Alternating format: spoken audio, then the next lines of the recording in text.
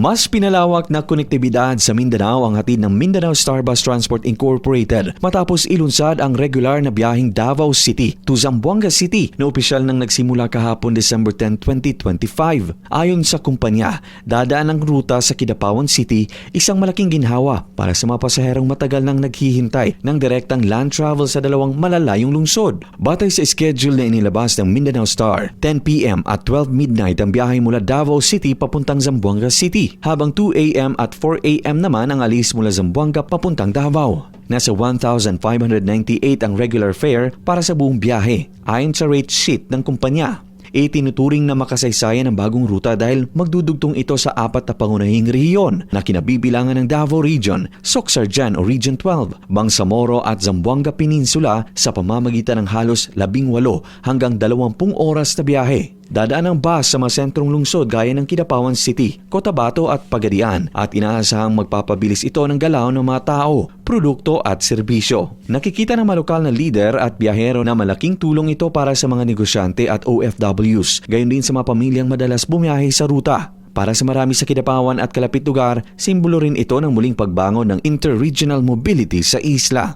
Sa paglulunsad ng rutang Davao-Zamboanga, pinatitibay ang paniniwalang ang Mindanao ay isang nagkakaisang isla, mas konektado, masabot kamay at masandang umusad.